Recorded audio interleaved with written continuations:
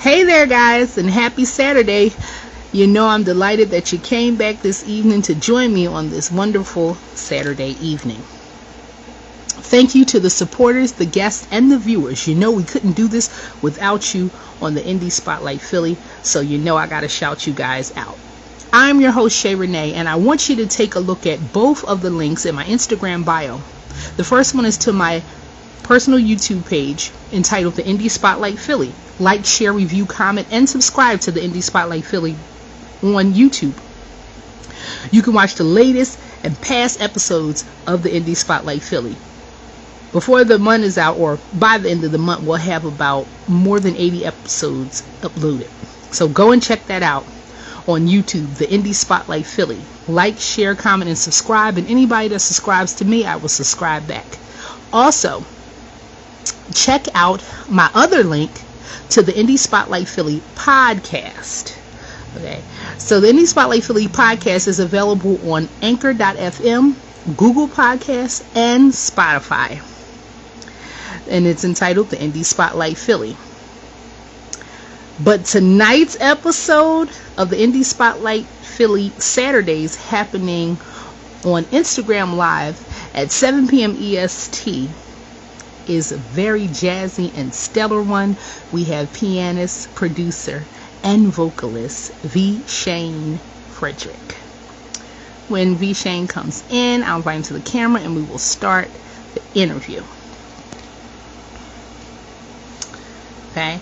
Also, I want to say, keep your comments to a minimum so we do not distract our guests, but you can ask as many questions as you want in the question box in the lower right hand corner. If you have anything that you want to talk to me about, just direct message me. Okay, guys?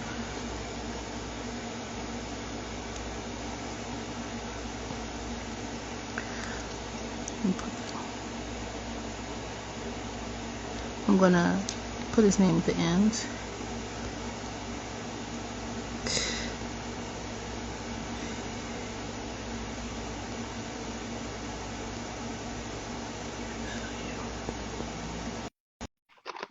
So we're just waiting for our guests to come in.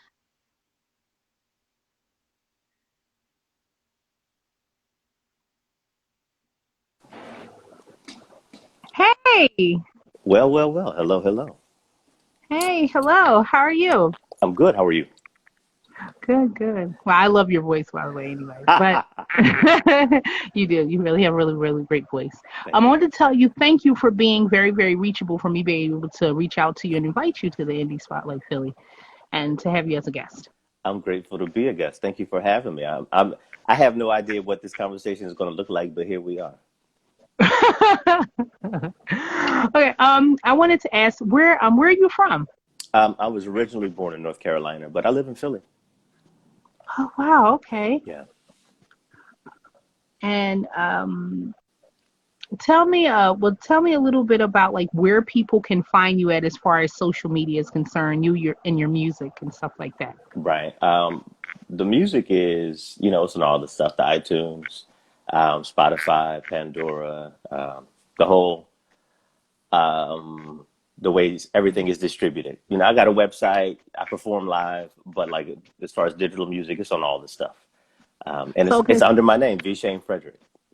Yeah. Yes. Right. Do you have any merchandise for sale? I mean, besides the music. I know the music is your merchandise. See, I'm thinking about figuring a way to market more like the artwork or the artistic aspect of it, the visual art, because I involve like graphic designers and photographers to present the final product. So it's like, hey, am I going to do some prints? I mean, do I want to do like T-shirts, hats? I don't know. I don't know what people. I've been focusing so much on the music to think about other types of merchandise, but that's basically where it is for me. Yeah, and it's really hard to find out like exactly what merchandise you want to, present and what you want to put on it.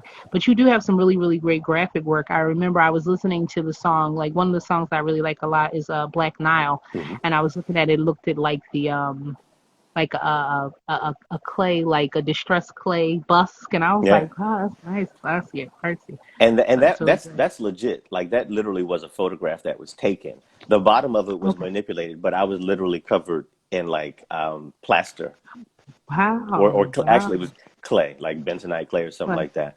And that was wow. pretty much mostly the photograph. It was slightly touched a little bit, but that was actually what happened.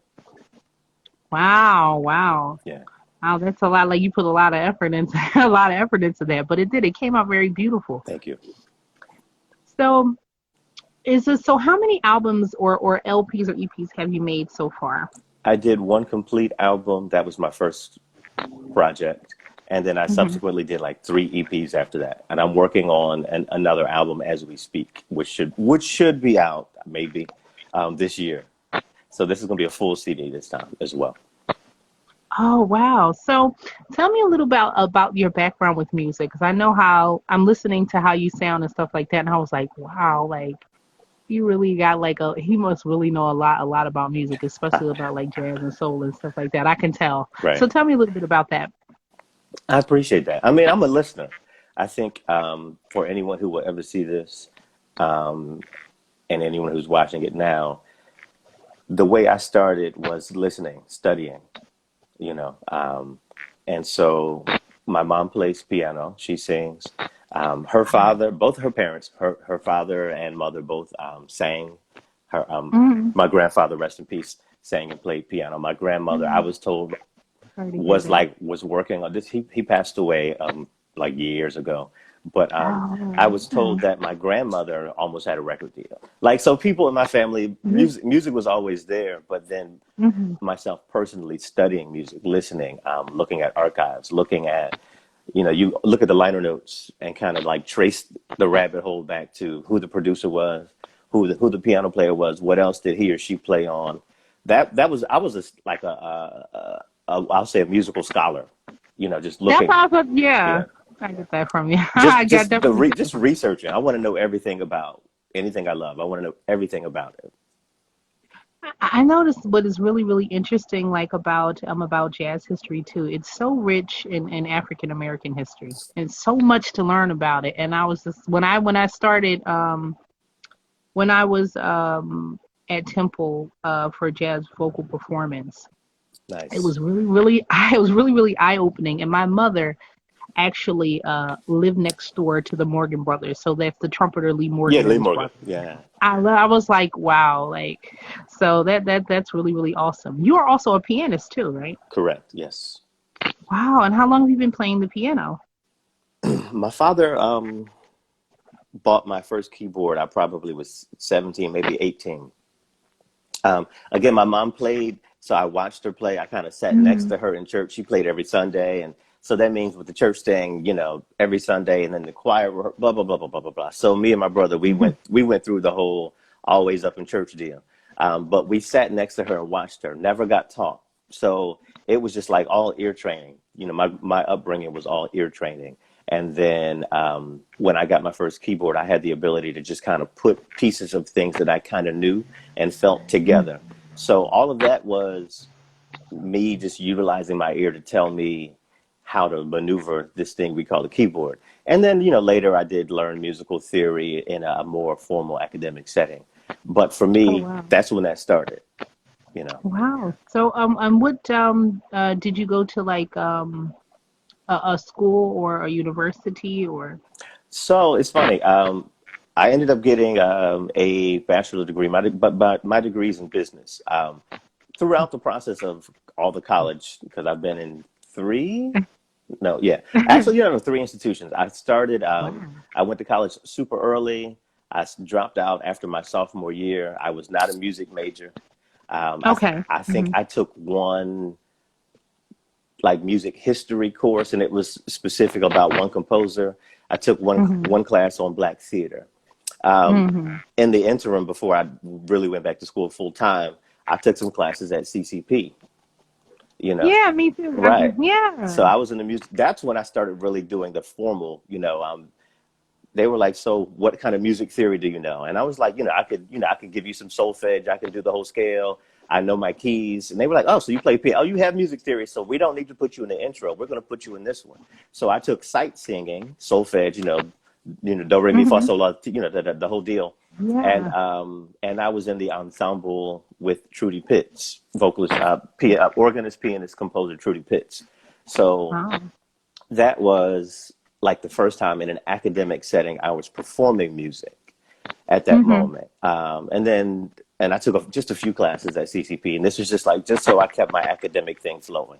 Later, Mhm. I finished a degree in business administration, so I didn't want to necessarily go like the conservatory, like Mhm. or even just go to a music program at a university. I didn't feel the need to do that. Mhm. I kind of self started getting that information literally Mhm. on bandstands and piano bars and in clubs and stuff like that. That's where I really learned by doing it. After I had done all the training and listening, Mhm. study. You know, you find out when you get on stage.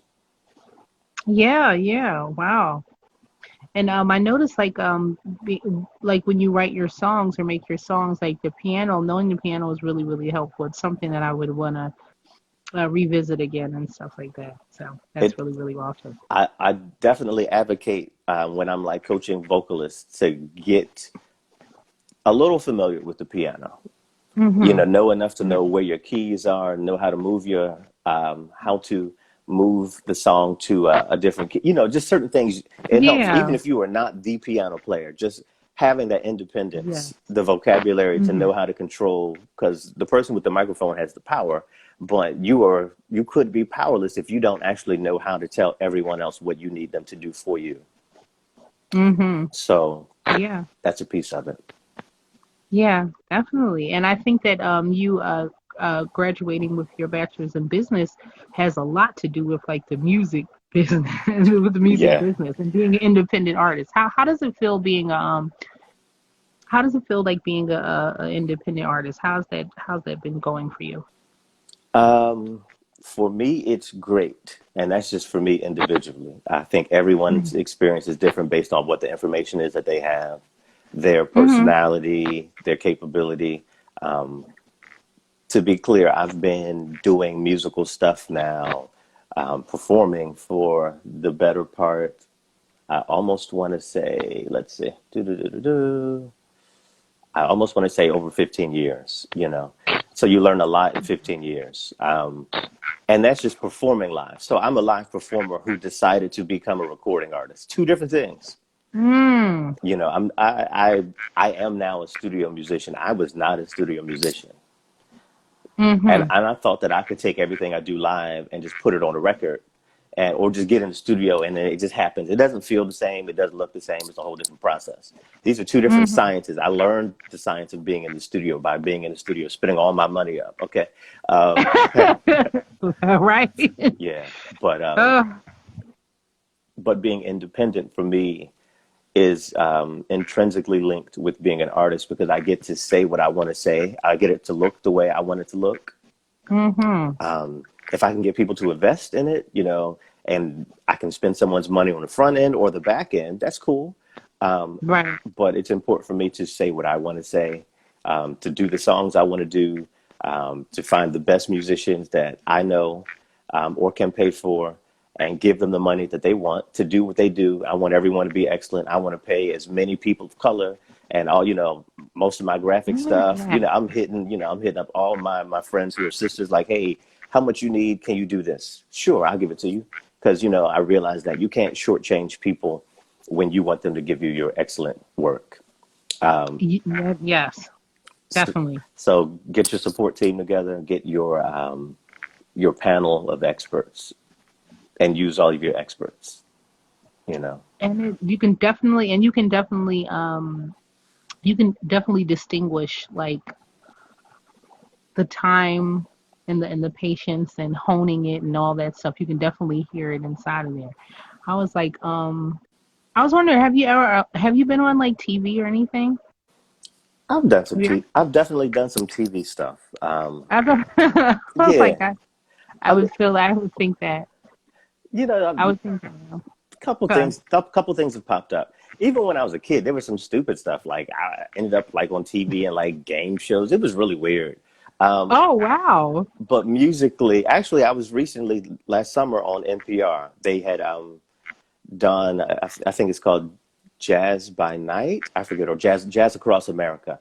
And we had done Wow. an outdoor concert. And so NPR was there and they filmed it and they took a little bit of me singing. They interviewed me a little bit and we talked about being a musician during the time of the pandemic. And so that was cool. That was great exposure. And then, of course, they took one of my songs out of my new EP and put it on one of their playlists. So I was like, yo, I'm on an NPR playlist now, which is dope. Yeah. Yeah, yeah.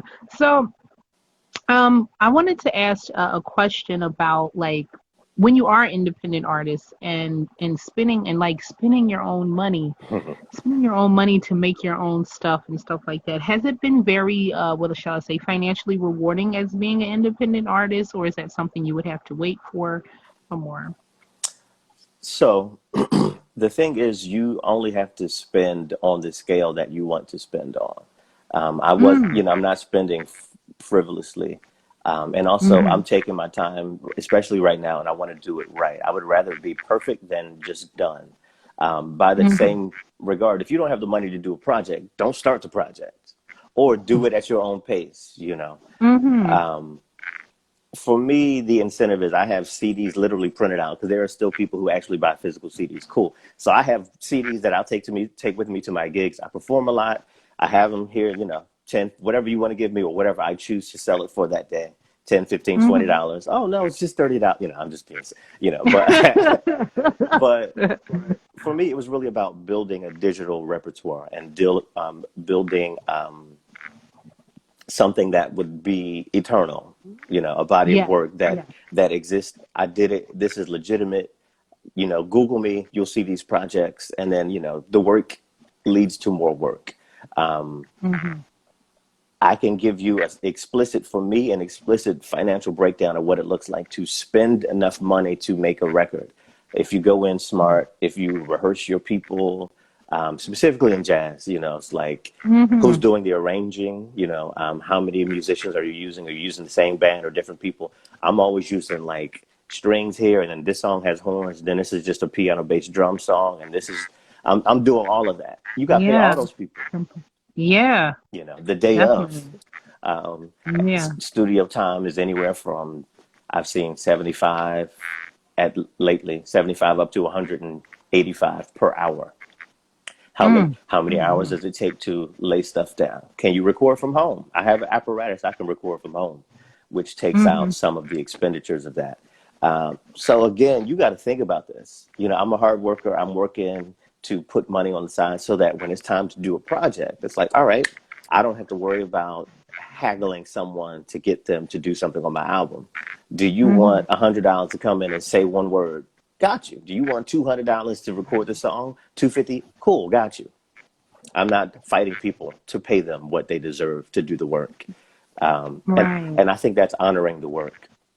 Yes, I do. Yes, I definitely You do. I know, think that it's like, music is collaborative, and like you said, it's a community and you can't do it all alone. And uh there's some services that like certain musicians and stuff offer that you cannot, like, you can't find somewhere else.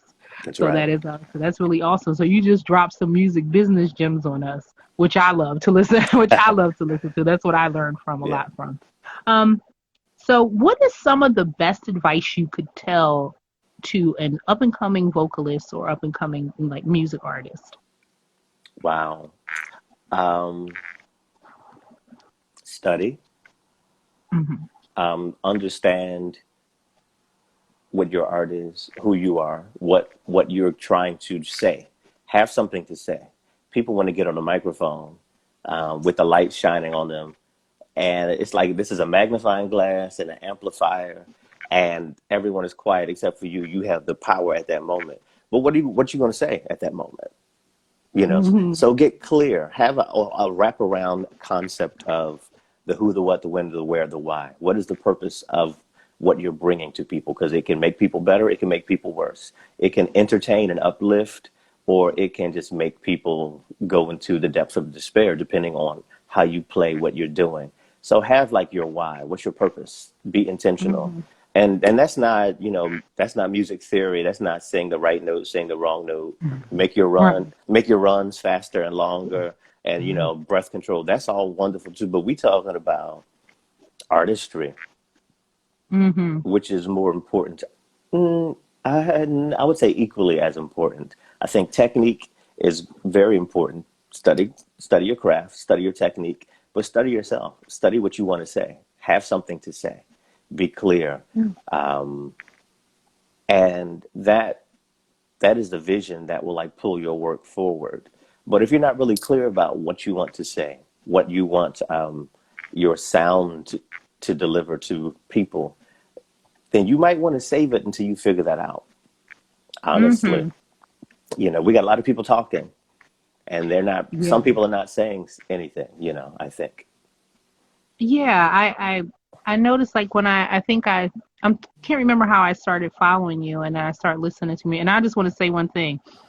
Your sense of fashion is banging. Like your sense, I was like, oh my God. I was like, what? Like I liked it that whole thing. Yeah, it was really nice. Thank you. Thank you. It was really nice and refreshing to see because I see like certain type of music genres dominating, like the world and stuff like that. And it was nice to look at that and to see that and the artistry on it.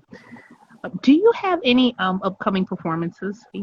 I do. I have like regular stuff that I do pretty much every week. Oh, Like there's a restaurant called Eddie V's. I play and sing there at least twice a week. I'm usually there Thursdays and Fridays. And this month, beginning this month, I'm there a lot of Sundays and Tuesdays as well. And it's just like a lounge in a steakhouse, a seafood steakhouse. And I'm on piano and I'm singing. And I got drums and a bass player. And we, just groove vibe. oh, I mean, that's happening. I have something coming up at the Four Seasons. I'm here downtown in Philly. I think that is the 26th. It's one of these Fridays coming up.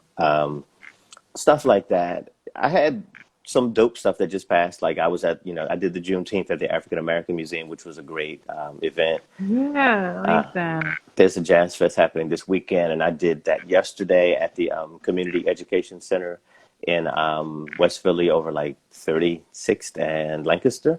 So I mean, Oh, there's little stuff pop, pop, pop, pop, pop, and yeah, just keeping it going, pretty much. yeah, yeah. So where's the seafood steakhouse that you perform at? It's called Eddie V's. It's in King of Prussia. It's actually right next to the mall. Okay, Eddie V's and King of Prussia. Yeah. Awesome. You figure there's Sunday and Friday or Sunday and Saturday? Usually Thursday and Friday, and Okay. this month they just started putting me there on Sundays and Tuesdays as well. How Yeah. long is y'all set? How long is your set? Usually it's either 6 to 9 or 7 to 10. Okay. So 3 hours, and just the dinner, like post happy hour, and just like kind of keep a vibe flowing. And it's good Yeah. music.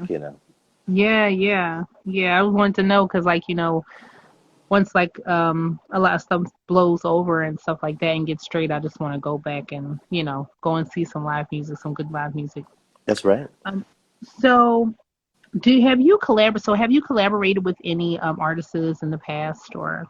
Absolutely. I mean, so everyone that's on my projects, these are all the Hmm. people these are all like working full-time musicians Hmm. here in the region. Um, oh my God, the names of people that I could just roll off.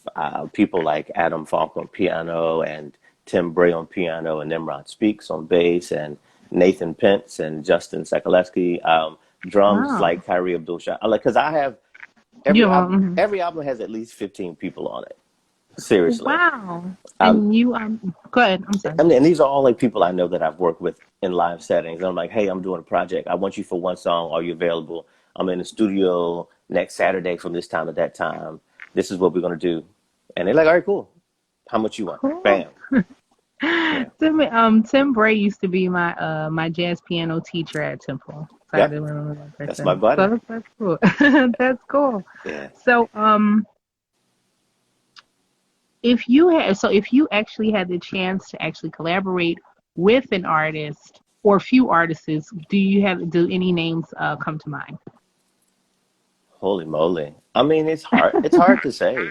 Um, in the specific, I guess, genre that people would say I work in, Hmm. um, I think it would be interesting to work with. I like Esperanza Spalding. I'd Oh. like to see how that would go. I like, Mhm. what's the one? my guy with the head wrap, and she's like a cross between Betty Carter and Erykah Badu. Jasmine Horn. I like Jasmine Horn. And Mm. I respect them for doing what they do. And it would just be interesting to be in a room with them and like, hey, let's try a thing. Why not? Um, No, yeah, that's some good collaboration. That's really, really good. Really great. Thank you. I mean, and what I'm doing now is, I'm just finding the dope people that I actually know. I don't have to wait. I don't have to wait to collaborate. I collaborate every time I, do a project with all the dopest people I can find. My girl Jay, you probably know my girl Jay Sanders, Jakia Sanders. That's my homie. Fantastic vocalist Okay. here in Philly. Amazing vocalist. I had her do something. I'm bringing in different people. I had a rapper on my last project, a brother named Kareem Oh, Idris. okay. I don't have rap, but now it's like I got the whole thing happening. Yeah. Yeah, yeah. I like a lot of your what I listen to, like it's like it reminds me of some elements of like classic jazz, but also new and updated, and I feel like a really really good like piano and stuff like that. So it was really really good quality music and quality, shall I say? And there needs to be like we'll need to see more of you like on channels like Channel 12 or some more news or more festivals and stuff, more festivals and stuff. I'm Okay, with it. I'm with it. Let's go.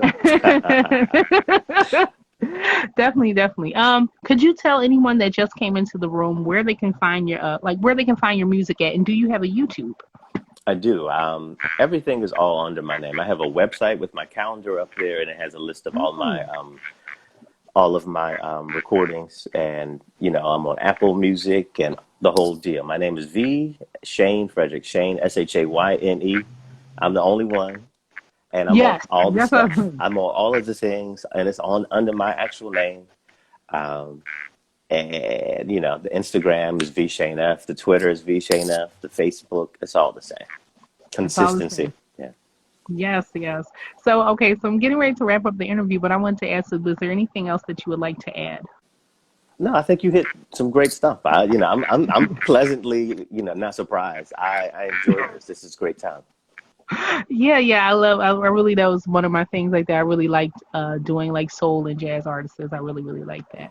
Um, I also think like I think like jazz music is really important to history and really really it's just so really really well made, like the most of the time when I like when I did a jazz open mic, it was like you would better come prepared. So these are That's some right. these are some professionals. So you really really better come prepared. You really better come prepared. And I was like, and if you can do that, then I was like, wow, this after you like conquer like singing at a jazz open mic or with jazz artists, you have a certain preparedness and stuff about you. So I love that about pianists and jazz artists. I It's wanted to serious. yes, very. I wanted to tell you thank you, Shayne Frederick, for coming on the Indie Spotlight Philly, and I want to thank everybody who watched and tuned in. And to you can watch this the full version of this interview on my YouTube page, the Indie Spotlight Philly. Thank you so much, and hope you have a wonderful night. Thank you. Thank you. See you.